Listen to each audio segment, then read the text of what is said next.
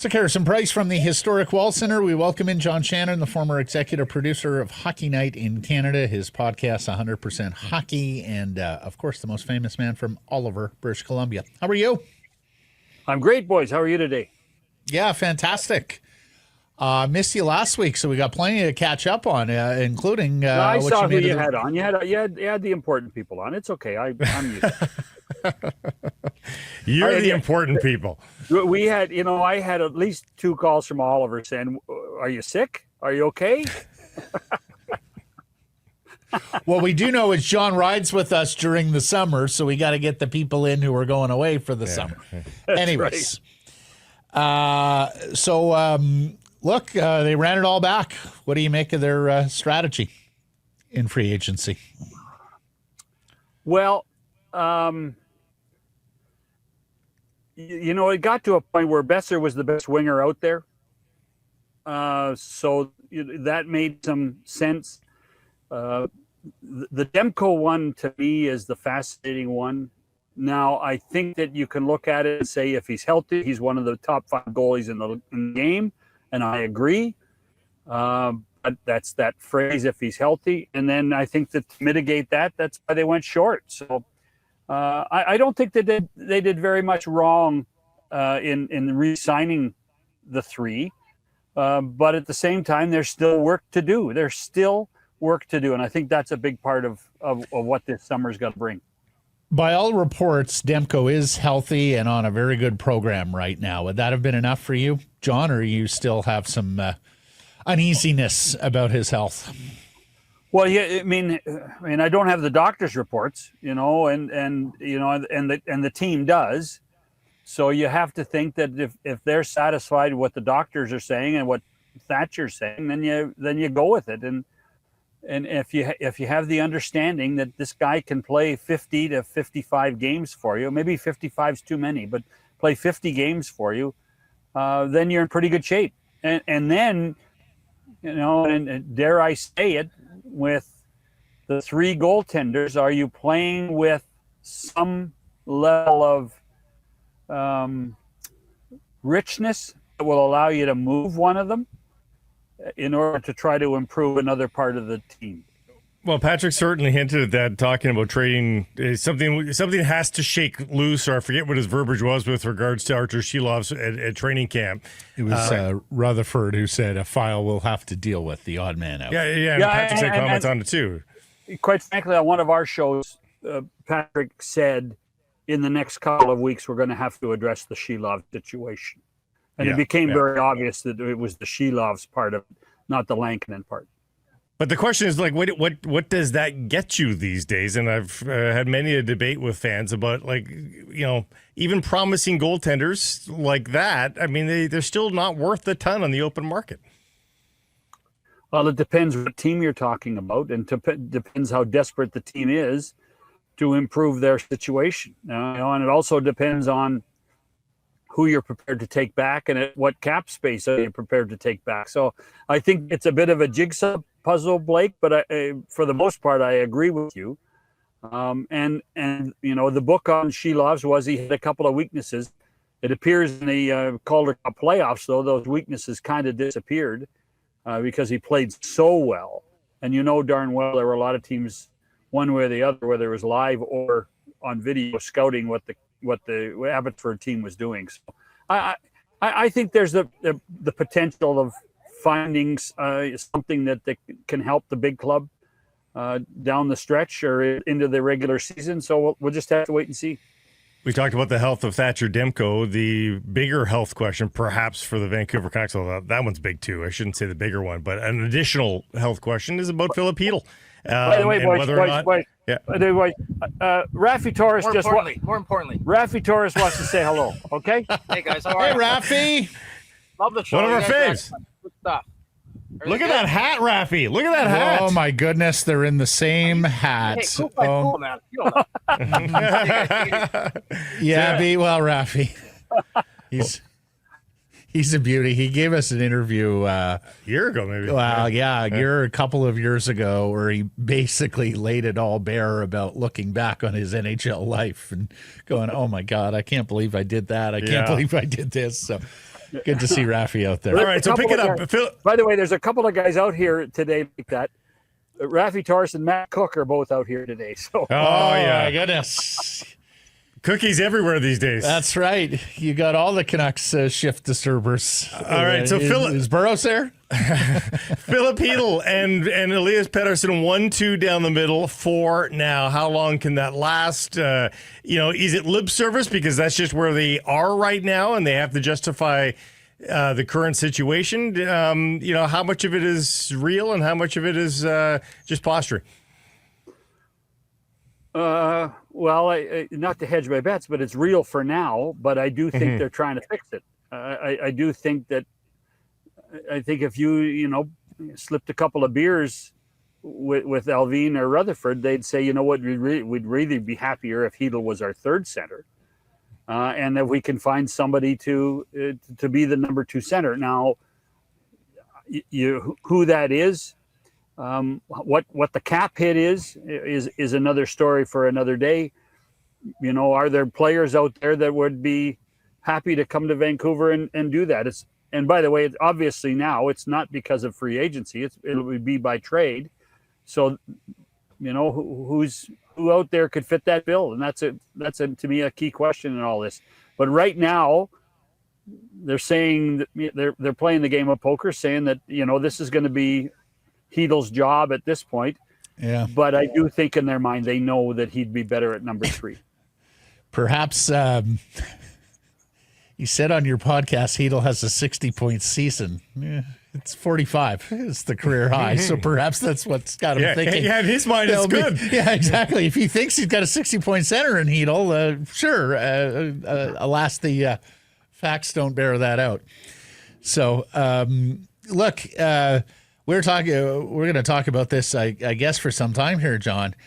Okay, the center wasn't there in free agency. You weren't able to swing the trade. Alas, and I think Patrik does refer to this in his appearance with you.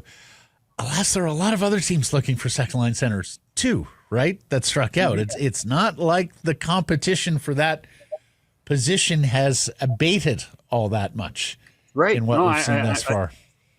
I think that's a huge factor in all this, and then. The other part of that is what is the need of the team you're dealing with?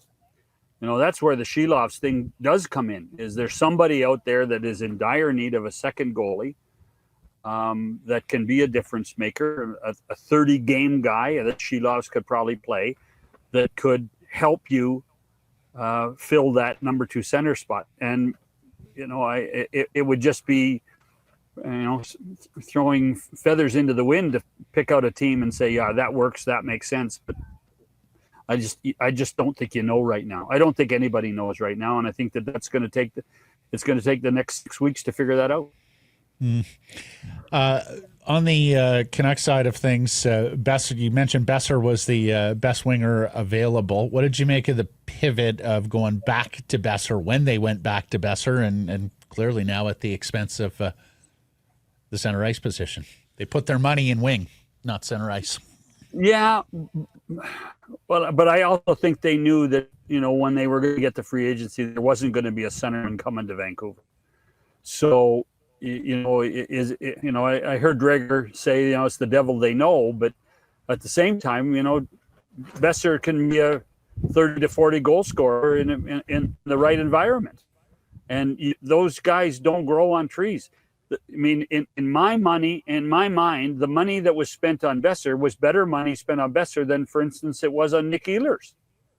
And Ehlers got over $8 million a year. Now he only got 6 years, but to me, would you rather have Ehlers or Besser? And I think you're better off with Besser at this point. I really do. The other option for the Canuck forward is an offer sheet for somebody. We haven't seen any offer sheets yet, but August is generally offer sheet season when everybody's sleepy and thinking that everything is safe and home and cooled. Bowen Byram taken off that list because he's been taken to arbitration. Yeah. But he filed. Yeah. Or sorry. No, he's been taken by the Sabres. Sabres to block it. Right. To block it. We thought maybe with the increased cap that our offer sheets would be a thing they haven't been yet. Is there any reason to believe that they will become? No, not this summer. I don't think. I don't think this summer. I mean, you know, the guy that was probably at the top of that offer sheet list was Evan Bouchard. And the Oilers, in my mind, after the Dobson deal, the Oilers had to go to 10 million and more to keep him, and only did it for 4 years. So I think he was probably the top of everybody's list of what an offer sheet was looked like. You know, and here, you know, the other thing is that, you know, Will Cooley in New York, good player. Rangers signed him, but the Rangers were completely transparent about it. You know, if it gets to a certain point with the amount of money that you're going to pay Cooley, they'll match. So they were, you know, so the other team was just going to end up doing Chris Drury's work for him. So, and they got Cooley done for a good number, but only for a short time, for a 2-year contract too. So, to me, those are the two guys that were at the top of any offer sheet list. So Bill Guerin just holds on to Marco Rossi then? He signs. Well, he's going to need somebody.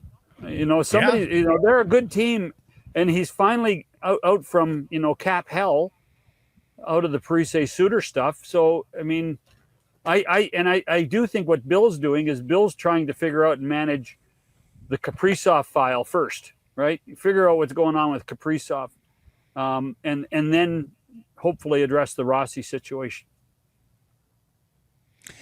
Are you one that believes we're going to see a number of trades now because of what did or didn't happen at the draft and in free agency? Well, I thought there'd be more trades at the draft, you know, and in earnest, there was one, you know, right? The Montreal Islander deal was the trade. I think that's going to be cautious. You know, I think that people are starting. What happens, as you guys know, people start falling in love with their rosters in the summertime when there's no games, and say, can we live with this? And you know, what does Toronto do? Toronto needs to do something still. Yeah. But you know, what is that? Is that trying to find a way to get a center back? You know, and more importantly, they don't have any picks and prospects to give up. So who's on the Maple Leaf roster that you're prepared to say, okay, this he's a valuable commodity? And, you know, there aren't that many. And if there are some, the player holds control.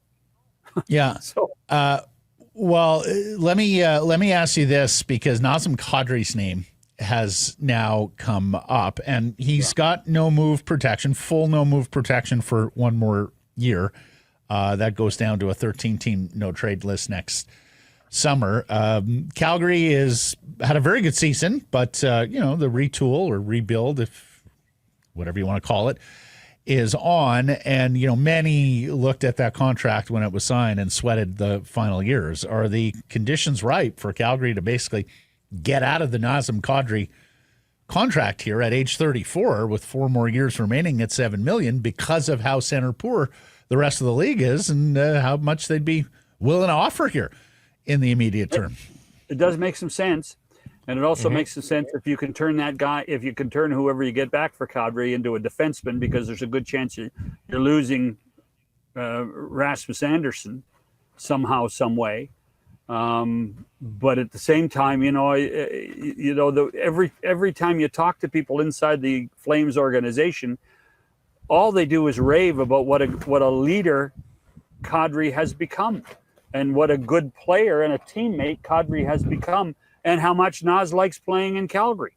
Yep. So, you know, if this was, well, Naz, you know, that Brad Treliving can put a deal together for Naz to return to Toronto, makes some sense. Sure, it does. Makes a ton of sense. But, you know, I just don't know what Calgary would want in return. Yeah, I will say this. From afar, it does look like he has matured a fair bit, of course. Oh, yeah. No, there's no doubt.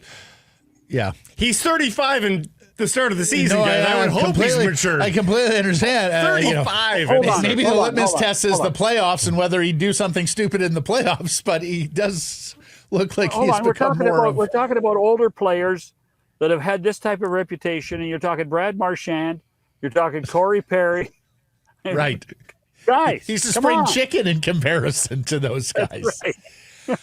Lastly, John, at least from me, and Alan Walsh had the figure on the weekend, there is still $275 million of available cap space across the National Hockey League.